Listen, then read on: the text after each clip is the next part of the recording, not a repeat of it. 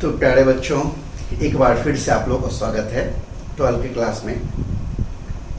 आप लोग को याद होगा कि पिछली क्लास में हमने पोटेंशियोमीटर पढ़ाया था आपको और एक दो क्वेश्चंस भी करके दिखाए थे। आज हम आगे हीटिंग इफेक्ट ऑफ करंट देखेंगे। हीटिंग इफेक्ट ऑफ करंट, आइए शुरू करते हैं।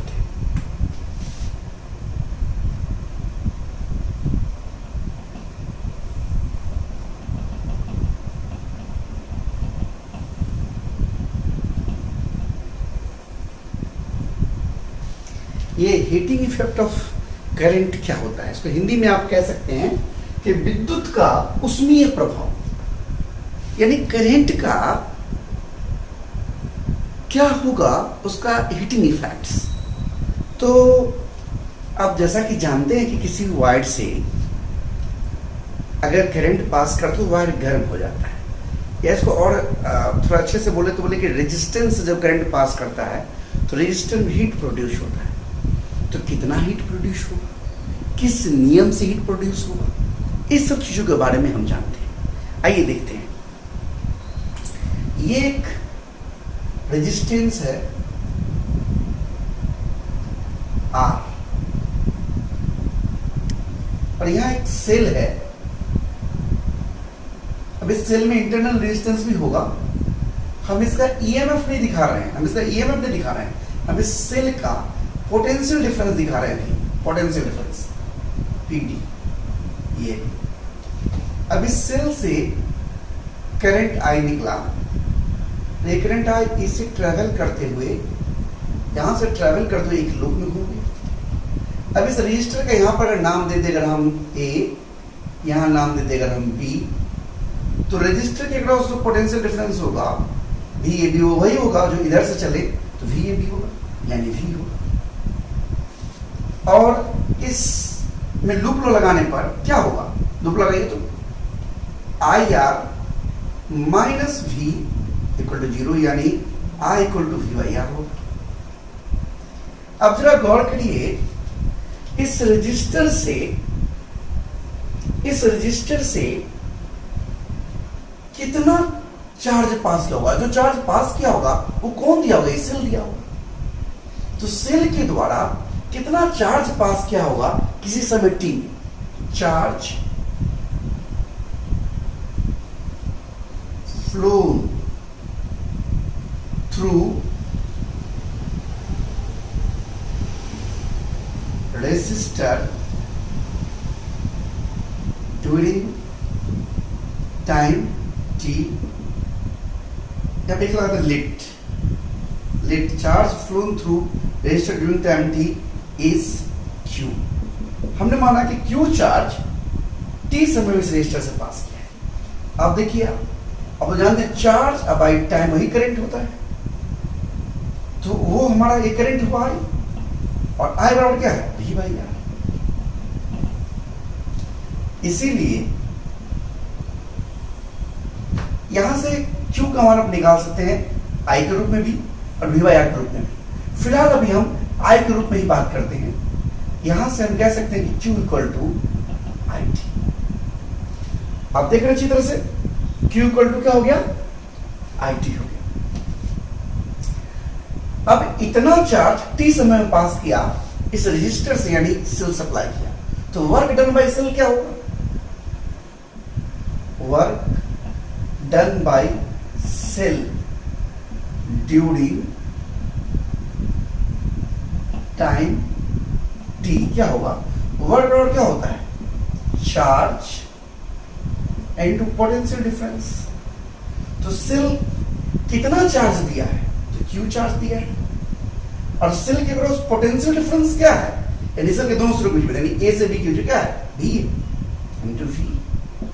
अब ये Q हमारा क्या है? IT है, यानी यहां IT डाल दें इनटू V, यानी कह सकते हैं वर्क डन क्या है? VIT। और जो वर्क हुआ, ये वर्क जो बैटरी की तरह वर्क हुआ, वो वर्क कहां दिया? तो इस रजिस्टर में हीट एनर्जी के रूप में प्रोड्यूस हो गया। यानी यहां से कह सकते हैं हम कि work done by cell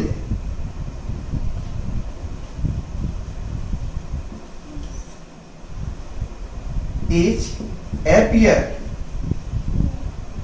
as a heat in resistor.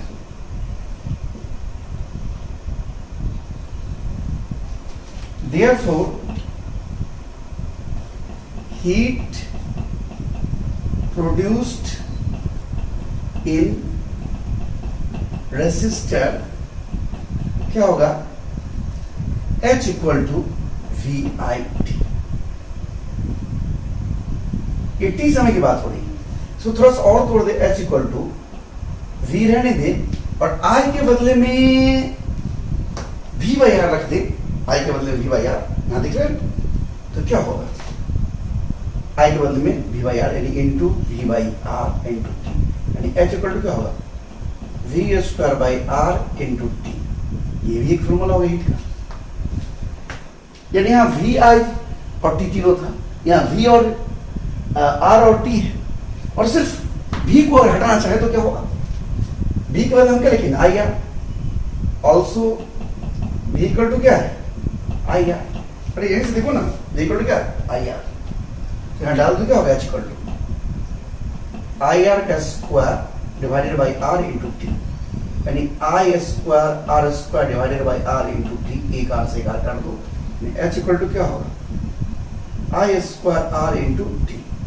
ये हमारा हीट प्रोड्यूस निकल गया। तो हीट प्रोड्यूस का तीन फॉर्मूला हुआ। टी समय में हीट प्रोड्यूस, टी समय में रेजिस्टर से प्रोड्यूस। वी आई टी, जब ये वी आई और टी पता हो तो V square by R T, यानी वी आर और टी पता हो, आई नहीं पता हो, या आई और आर पता हो तब ये, तो जरूरत के हिसाब से आप इस्तेमाल कर सकते हैं। ओके, इसे नोट कर लीजिए।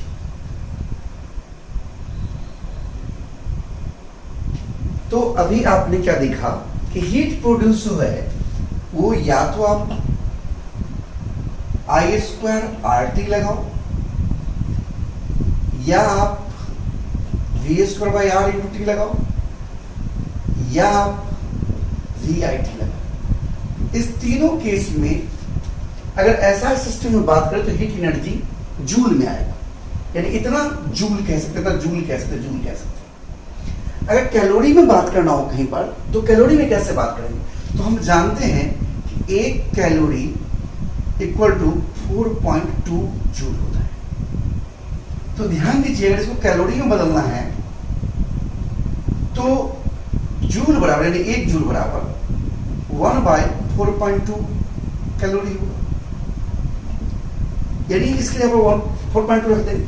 तो हम कह सकते हैं कि H बराबर, अगर मैं इसी से शुरू करूंगा, I square R T divide by 4.2 calorie. इसी को बुक्स में आप देखिएगा लिखा हुआ ऐसे रहेगा, H equal to I square R T by J calorie. तो आप समझ जाइएगा, ये जे मतलब हेयर, जे मतलब 4.2 है, जे इक्वल टू 4.2 है, 4.2 से डिवाइड करना है। ये ठीक से समझ लीजिएगा, इसमें कंफ्यूज नहीं होना है। ओके, कहीं पर देखिएगा जे तो घबराना नहीं है आपको, वो कैलोरी में कन्वर्ट करने के लिए कुछ इस तरह का ये कलाकारी होता है कि ये पतराबाजी है। अब हम आगे बढ़ते हैं। आप सुने होंगे बहुत फेमस नाम जूल का, कि जो हम लोग जूल लिखते हैं, उन्होंने जूल्स लॉ ऑफ हीटिंग दिया। आइए देखिए, जूल्स लॉ ऑफ हीटिंग, वो यहीं से जूल ने दिया। जूल ने क्या कहा? If a current I passes through an external,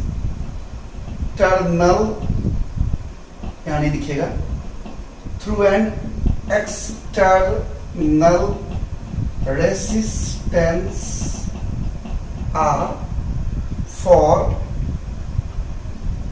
time t, then heat produced in it is H equal to I square RT। ऐसा जूल ने कहा, if a current I passes through an external resistance R for time t, t समय के लिए, then heat produced in it, it मतलब यहाँ इस R से, इस रेजिस्टर R से, समझ रहे ना, इच इतना, यानी उस R रेजिस्टर में हीट प्रोड्यूस हो इतना होगा। यहां से जुड़ के तीन नियम है। There are 3 laws of Joule's law of heating। 3 नियम क्या क्या बनाया। पहला जो है एक नंबर में पहला लॉ, इसको बोलते हैं लॉज ऑफ करंट। ये क्या है, ये कहता है कि हीट जो है वो प्रोपोर्शनल होगा करंट के स्क्वायर के। If R and T are constant, यानी अगर रेजिस्टेंस रेजिस्टर वही हो और समय समान हो, टी हो, टी समय के लिए आर रेजिस्टर से टी समय के लिए अगर करंट फ्लो कर रहा है तो हीट प्रोड्यूस है वो समानुपाती हो करंट के स्क्वायर के। दूसरा लॉज है लॉज ऑफ रेसिस्टेंस। ये क्या है, H proportional to R if I and T are constant। ये दूसरा लॉ है, यानी एक समान करंट अगर T समय के लिए पास करे और वायर का रेजिस्टेंस हम बदलेंगे तो हीट बदलेगा, हीट प्रोपोर्शनल रेजिस्टेंस के। हम रेजिस्टेंस बदल रहे हैं लेकिन करंट फिक्स रख रहे हैं, और समय फिक्स रखें तो हीट प्रोड्यूस निर्भर करेगा रेजिस्टेंस पर।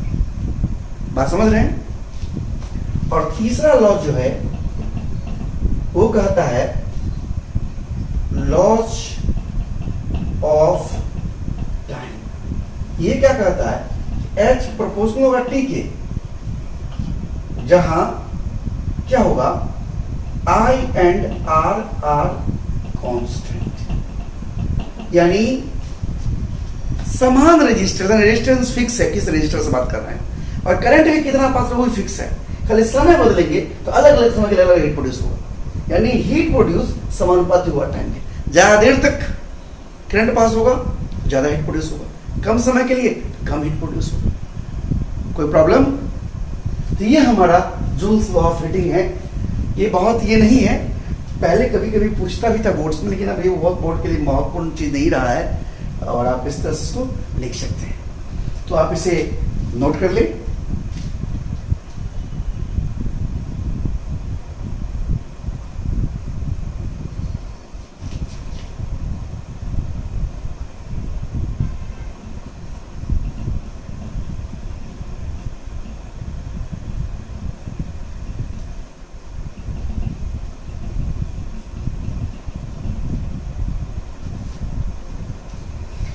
देखिए, हम बात करने जा रहे हैं unit of electrical energy consumption का।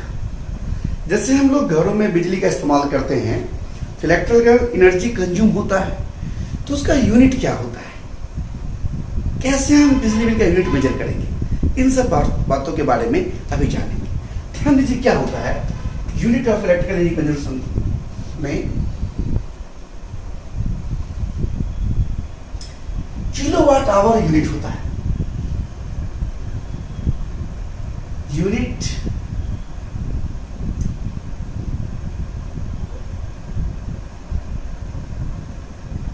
of electricity bill is in the form of kWh।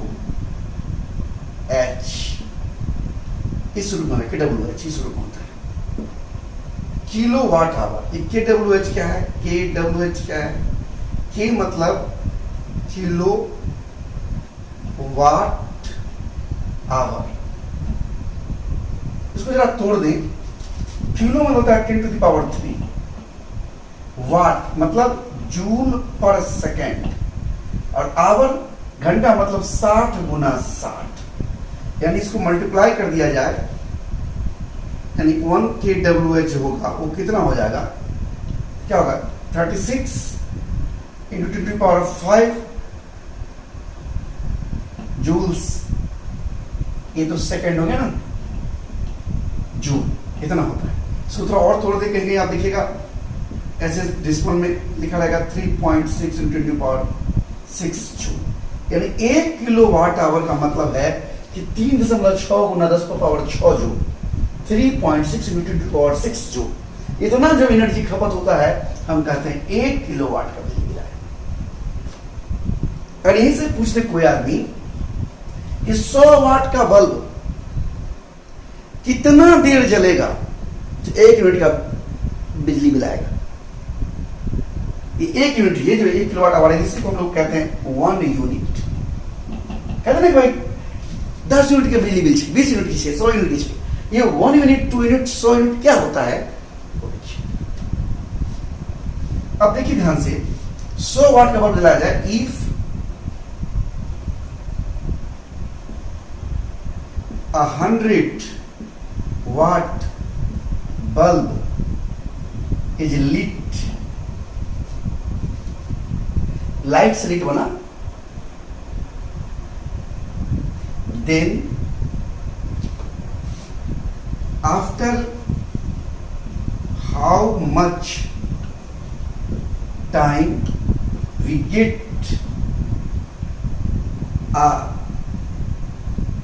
bill of 1 unit. If a 100 watt bulb, अगर 100 वाट का बल्ब is lit, जलता हो, then after how much time, कितने देर बाद we get a bill of 1 unit, 1 unit का bill हमें मिलेगा। जरा सोचिए, 100 यूनिट के बिल के बारे में बात कर रहा है, तो 100 यूनिट का मतलब है कि 1 सेकेंड में 100 जूल। ये 100 वाट मीन्स क्या है, 100 वाट का मतलब है कि 100 जूल पर सेकेंड, यानी डेट इज इन, ध्यान दीजिएगा, that is 100 joule spent in 1 second. इसका मतलब ये हुआ कि 1 सेकेंड 100 जूल खपत करता है, तो 1 जूल खपत करने में कितना समय लेगा, 1/100 सेकेंड। इसलिए इतना जूल जितना देर में खपत कर रहा है, वो 1 यूनिट का बिल होगा, वो कितना देर होगा, इसीलिए 3.6 into 10 to the power 6 joule equal to क्या हो जाएगा, 1/100 इंटू 3.6 इंटू 10 टू पावर 6, इतना सेकेंड, जगह नहीं है, सेकेंड एस कैंसिल कर दीजिए, कितना हो जाएगा, 3.6 into 10 to the power 4 second. इसको आवर में बदल दे, 3 पॉइंट, इसको डेसिमल इधर कर देते हैं, डेसिमल 36 हो जाएगा, इंटू 10 टू पावर 3 हो जाएगा। ये सेकंड है, इसको हम आवर में बदल देंगे, क्या करेंगे, तो 60 से बाद मिनट बन जाएगा, और फिर 60 से बाद क्या हो जाएगा, आवर बन जाएगा। तो 2 जीरो से 2 कट जाएगा, 6 36, यानी 10 आवर। सॉल्व करिए उसको, 10 आवर्स, यानी 100 वाट का बल्ब 10 घंटा जलेगा, तो 1 यूनिट का बल्ब 1 यूनिट का बिजली बिल आएगा। समझ में आया मैंने क्या किया, बोलिए, जरा नोट करिए इसको। एक और बात यहां समझिए, जैसे नंबर ऑफ यूनिट्स निकालना हो किसी क्वेश्चंस में, बहुत सारा इंफॉर्मेशन दिया हो और नंबर ऑफ यूनिट्स निकालना हो, तो वहां पर एक चीज सीखिए कि नंबर ऑफ यूनिट्स जब भी निकालने का फॉर्मूला है हमारा नंबर ऑफ यूनिट्स, तो ध्यान दीजिएगा, वाट ने कितना वाट खपत हुआ, यानी जूल पर सेकेंड, वाट गुना टाइम, कितना समय के लिए, कितना वाट का, कितना समय के लिए, यहां टाइम ध्यान रखिएगा, इन आवर लीजिएगा, आवर, इन आवर, समझिएगा ना, और डिवाइडेड बाय 1000 कर दीजिएगा, तो वो नंबर ऑफ यूनिट्स निकल जाएगा। कितना वाट का बल्ब जला, कितना समय के लिए जला, समय घंटा होना चाहिए, उसको 1000 डिवाइड करिए तो नंबर ऑफ यूनिट्स निकल जाएगा। अभी मैंने क्या कहा था, 100 वाट का बल्ब 10 घंटा चलेगा तो 1 यूनिट का बिल देगा। चेक करिए तो सही में वो बात था कि नहीं, क्या देखिए तो नंबर ऑफ यूनिट्स निकालना है। यहां पर हम बल्ब की बात कर रहे हैं, 100 वाट का बल्ब है, कितना वाट है, 100 वाट, अब गुना टाइम, कितना घंटा था, 10 घंटा जलाए थे, 1 यूनिट आते कि नहीं, 10 समय घंटा में लिए, 10 आवर और बट्टा 1000 कर दीजिए। ये तो 1 बेटा गया, पकड़िए आप पर। यानी जब भी नंबर यूनिट्स निकालना हो तो कितना वाट खपत हो रहा है, कितना समय के लिए खपत हो रहा है, 1000। अब आप कहेगा सर बहुत सारा डिवाइस इस्तेमाल होगा घर में, जैसे मान लीजिए बल्ब जला 10 घंटा, पंखा चला 4 घंटा, हीटर चला 2 घंटा, मोटर चला 1 घंटा, तो सब अलग अलग समय पर चल रहा है सर, सबका वाटेज भी अलग अलग है, तो फिर कितना बिजली बिल खपत होगा ये कैसे हम जानेंगे? तो इसका भी उपाय है, इसका भी उपाय है। हाँ, आप बिजली बिल जनरल 1 महीना निकालिए तो 1 महीना में कितना घंटा, जैसे एक दिन में मान लीजिए कि पंखा चला 4 घंटा, तो 1 महीना में कितना चलेगा? 120 घंटा। उस हिसाब से सबको घंटा में 1 महीना पर कन्वर्ट कर लीजिएगा। अब बहुत सारा डिवाइस है तो क्या होगा? In case of several devices having wattage W1, W2, W3 are used for time T1, T2, T3 hours. यहाँ आप यहाँ घंटा बात करें, समय से घंटा में, देन नंबर ऑफ यूनिट्स बराबर क्या होगा? W1 T1 समय के लिए, W2 T2 समय के लिए, प्लस बट्टा 1000 कर। अलग अलग वाट का है और अलग अलग समय तक, यहाँ समय ध्यान रखिएगा आवर्स में है, तो सबको मल्टीप्लाई कर दिया 1000 डिवाइड कर दीजिए। हम यहाँ एक एग्जांपल्स आपको दिखाएंगे।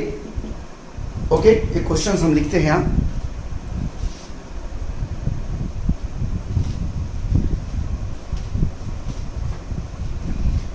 यहाँ एक क्वेश्चन हमने लिख लिया है।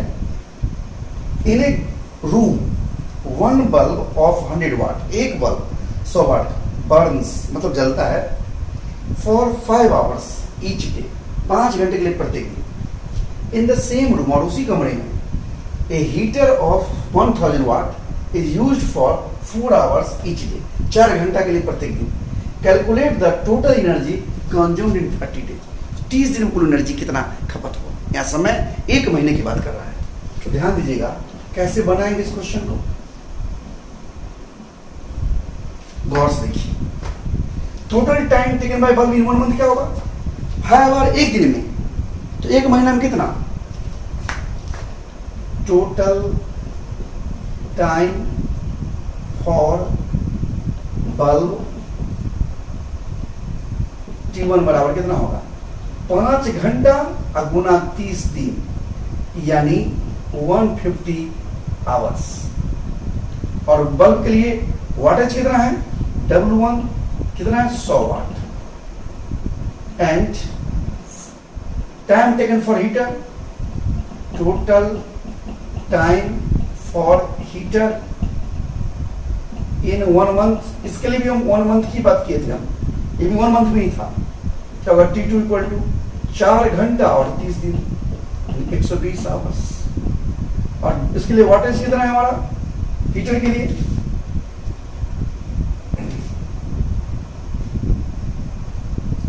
1000 वाट। तो क्या होगा unit, number of unit? W1 into time T1, ध्यान रखिएगा, प्लस W2 इंटू T2। यहाँ टाइम आवर्स होना चाहिए और वाट जूल, एनर्जी जो है जूल में, वाट जो है वो जूल में होना चाहिए, जूल पर सेकेंड, और डिवाइडेड बाय 1000। यानी देखिए और 150 और कितना 100 वाट है, यानी 100 गुना 150 प्लस W2 क्या 1000 इंटू 120 डिवाइडेड बाय 1000। दोनों में से कॉमन लीजिए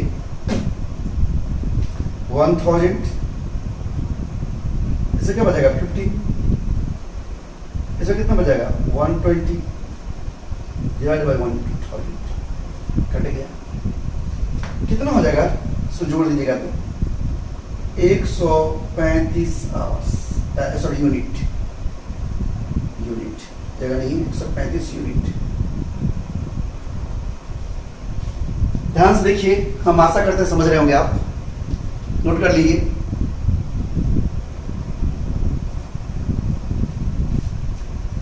तो अभी आपने देखा था कि किसी रजिस्टर में हीट कैसे प्रोड्यूस होगा और नंबर ऑफ यूनिट्स बिजली बिल का कैसे निकालेंगे।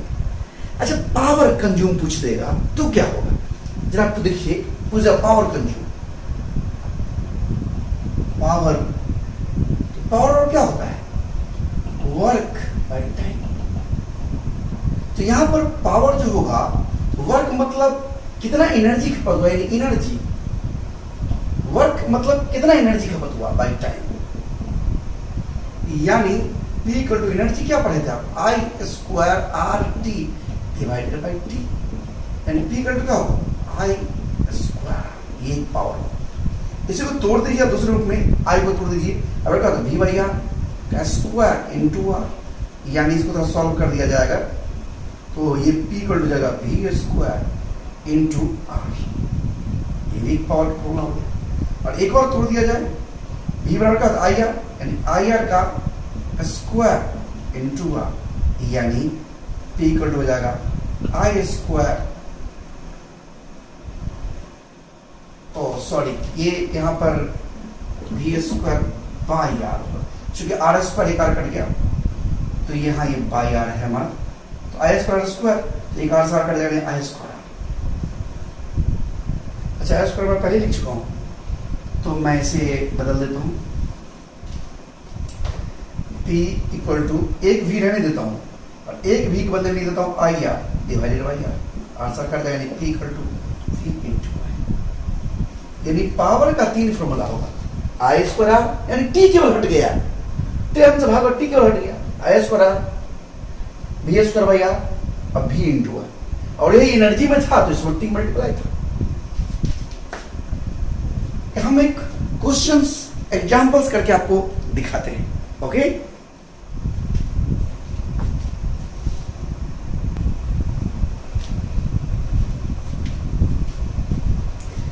तो हमने यहां एक एग्जांपल लिख लिया है, आप देखिए क्या होता है इसमें। 2 bulbs A and B rated, मतलब लिखा हुआ है उस पर एज 100 वाट 220 वोल्ट। इसका मतलब क्या होता है, बल्ब पर जो लिखा रहता है इसका मतलब क्या होता है, इसका मतलब ये हुआ कि ये जो बल्ब है उसको अगर 220 वोल्ट पर ऑपरेट किया जाए, इस्तेमाल किया जाए, तो वह 100 वाट यानी 100 जूल एनर्जी पर सेकंड खपत करेगा, ये इसका मतलब। और 1000 वाट 220 वोल्ट मतलब इतना वोल्ट पर इस्तेमाल किया जाए तो यह 100 जूल पर सेकंड यानी 1000 जूल 1000 जूल पर सेकंड खपत करेगा। R connected in series to 220 volt और 220 वोल्ट से सीरीज में जोड़ा गया है। Which bulb will give more illumination? तो कौन ज्यादा चमकेगा, जरा देखिए कैसे बनाएंगे। देखिए, जैसे ये एक बल्ब है, बल्ब का फिगर ऐसे बनाते, देखिए तरीका ये बल्ब का हुआ, ये हमारा बल्ब ए है, तो ये हमारा दूसरा बल्ब है, बल्ब हमारा बी है। इस पर देख रहे हैं आप, लिखा हुआ है 100 वाट 220 वोल्ट, इस पर लिखा है 1000 वाट 220 वोल्ट। और इसके ये छोड़िए, एक छोड़िए, एक छोड़िए, सीरीज जोड़ने का मतलब दोनों से सेम करंट जाना है, इससे जो करंट जा रहा है वही करंट इससे भी जा रहा है, सेम करंट जा रहा है। सीरीज का मतलब ये होता है। तो सीरीज जुड़ा है, इसका मतलब क्या होगा कि इस दोनों छोर को ऐसे ले आए, यहां से ले आए, इसको एक प्लग बना दें,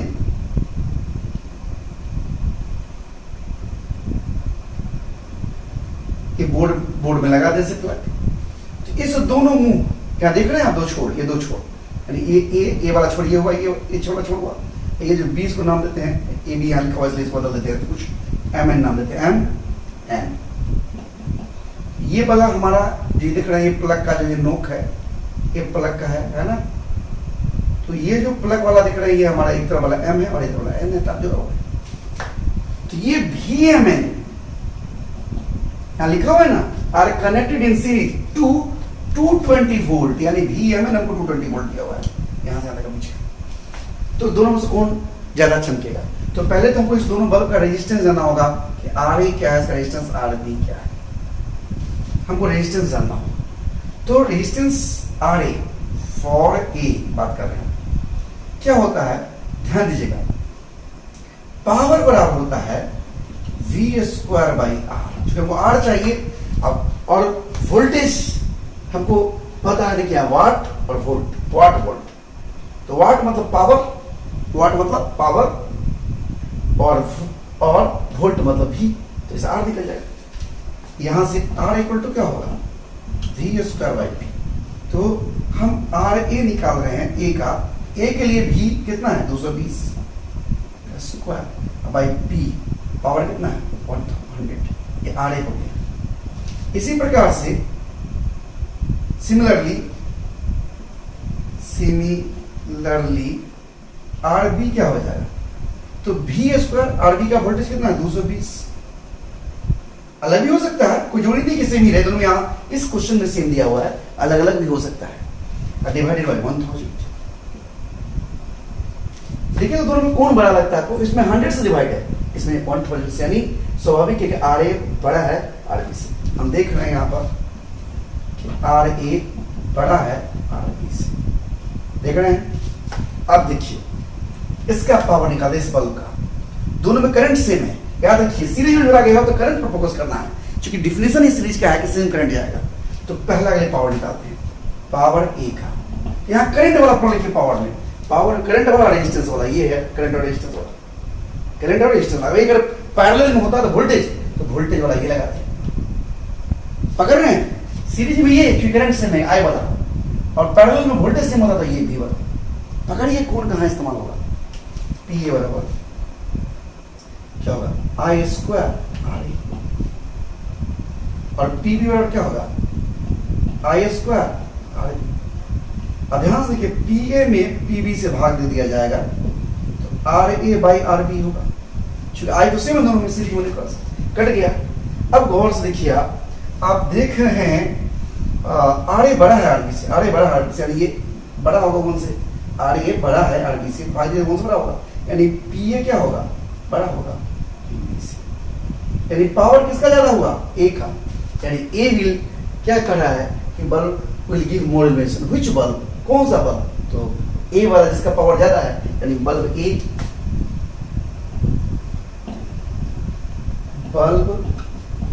ए विल मोर illuminate देन, देख रहे हैं आप, नोट कर लीजिए।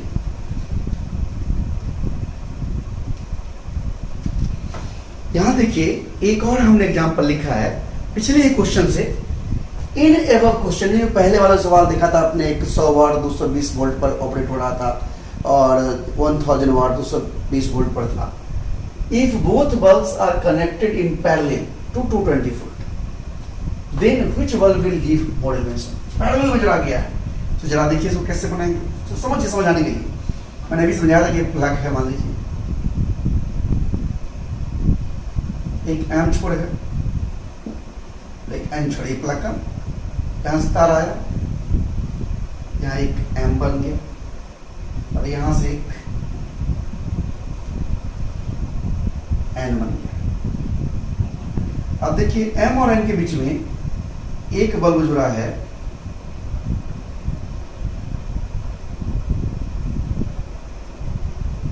हमारा बल्ब ए है, और दूसरा बल्ब जुड़ा है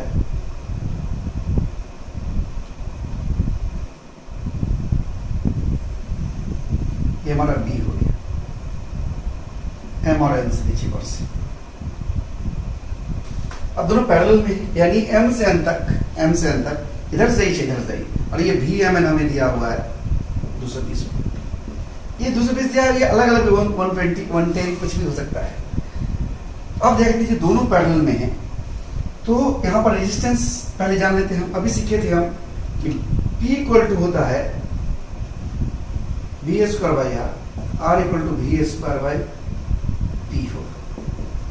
इस आधार पर आर ए का, अभी आपने देखा था ना ए नंबर में वो मैं यहाँ लिख देता हूँ। ए नंबर में लिखा था आपने 100 वाट 220 वोल्ट, और बी में लिखा था 1000 वाट 220 वोल्ट। तो यहाँ देखिए आर क्या होगा, वी एस करेंगे, जो लिखा हुआ वो वोल्टेज लेना है बाई पी 100। इस तरह से आर बी क्या होगा, 220 जो लिखा हुआ है बल्ब पर डिवाइडेड बाई 1000, निकल गया। अब पैरेलल में क्या होता है, वी सेम होता है दोनों के लिए, दोनों में वी सेम होगा, इसके लिए भी और इसके लिए। तो इसका पावर निकाले, ए का power V square by R A. यहां जो वोल्टेज है वो वी एम एन वाला वोल्टेज है, ये वी एम एन वाला है, पैरेलल में वी एम एन वाला है। लेकिन यहां जो वोल्टेज आप देख रहे थे वो बल्ब का अपना जो वोल्टेज था वो ए वाला वो था, ये बी का जो अपना वोल्टेज है उसमें वो था। दोनों में अंतर पकड़िए,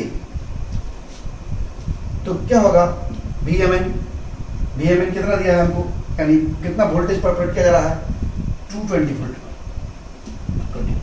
ये अलग भी हो सकता है, मैं बार-बार कह रहा हूँ, बट आर ए हमारा क्या है 220 का स्क्वायर ऊपर चला गया हमने, यानी 100 वाट। और पीवी निकालेंगे तो वी एम एन दोनों पैरेलल में सेम रहेगा बाई आर बी, 220 का स्क्वायर बाई 220 का स्क्वायर, और बी क्या है डिवाइड 1000, ऊपर चला गया 1000 वाट।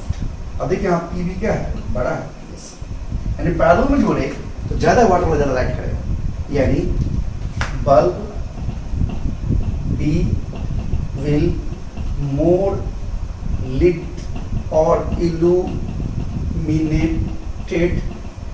than A। कोई दिक्कत समझने में? देख रहे हैं आप कौन क्या है, यहाँ जो भी है वो कौन है, बल्ब पर लिखा है वो भी है, वो रेजिस्टेंस लिखा है, और यहाँ बनाने में पैरेलल में है तो वोल्टेज तो वो जो अप्लाई किया गया जिस पर दोनों को इस्तेमाल हो रहा है वो वोल्टेज है। ध्यान से पकड़िए, नोट करिए।